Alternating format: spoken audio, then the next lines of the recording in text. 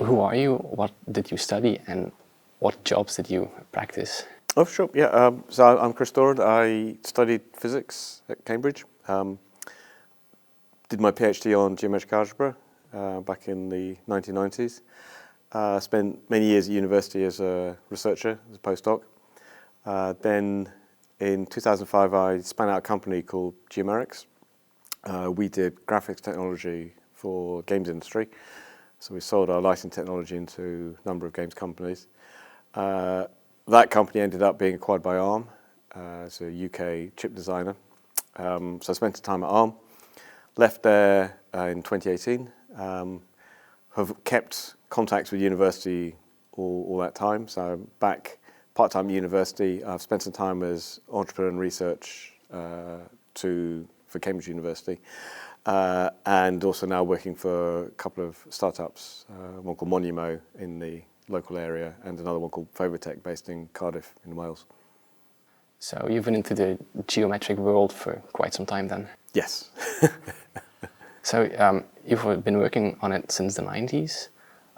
Well, it's been gaining popularity now. How was it back then if you compare it to now? Pretty niche. Back then, there was a professor, two professors at Cambridge who were interested in it, and that was kind of it. It wasn't easy getting to a position where I could do a PhD on it, and it was only really because these professors were senior enough in the group that I could carry on with getting some research funding to work on it. But from the sort of mid-90s onwards, there was this gradual increase of awareness around it, around kind of more novel algebras, more different approaches to techniques. I think one of the breakthroughs for us was Anthony Lazenby introducing his wife Joan to the topic, and she started applying geometric algebra in problems in engineering, and that kind of opened up a whole new audience, and that kind of led on to interest in the graphics domain and that sort of thing. Was it difficult getting funding for your PhD and the research back then? Yeah, it was a struggle, particularly as back then I was a theoretical physicist. It wasn't easy getting funded if you weren't studying string theory in those days. There were far fewer opportunities for people that weren't string theorists, and particularly doing something that was seen as quite niche and a bit strange to some people. I think one of the challenges that the field had was one of the founders, David Hesnes, had his work he'd done on geometric algebra, which was all excellent, really interesting stuff. But he also had his own personal take on quantum mechanics that was a little bit more unusual, less mainstream, and often the two kind of blurred together in ways that were perhaps slightly unfortunate. Is geometric algebra in physics very different from more the mathematical and the game development stuff surrounding it? No, exactly the same. That's kind of one of the benefits of the subject is once you've learnt it once, you can apply it anywhere. So we regularly take ideas that we've used to solve problems in relativistic physics, you carry them straight into engineering.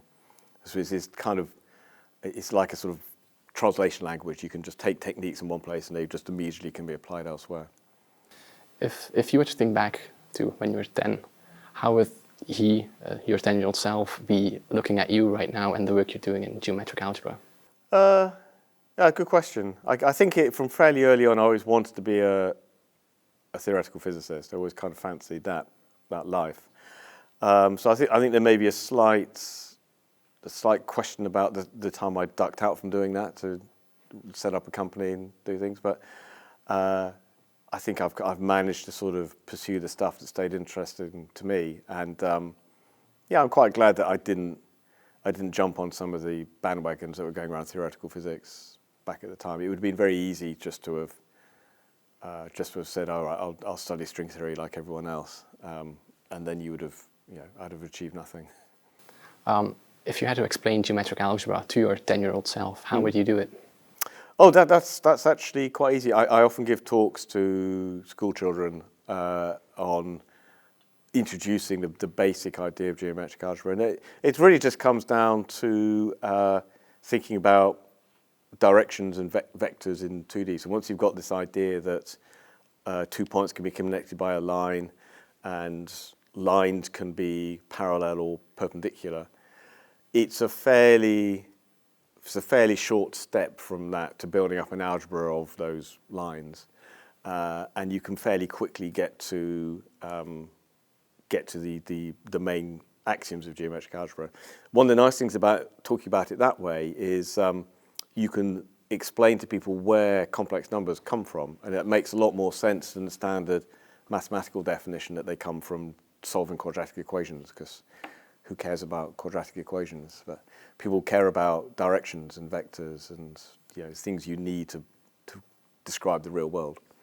It's an interesting bit of speculation as to whether the history of math could have been discovered in a slightly different order if people had come up with the idea of multiplying vectors first.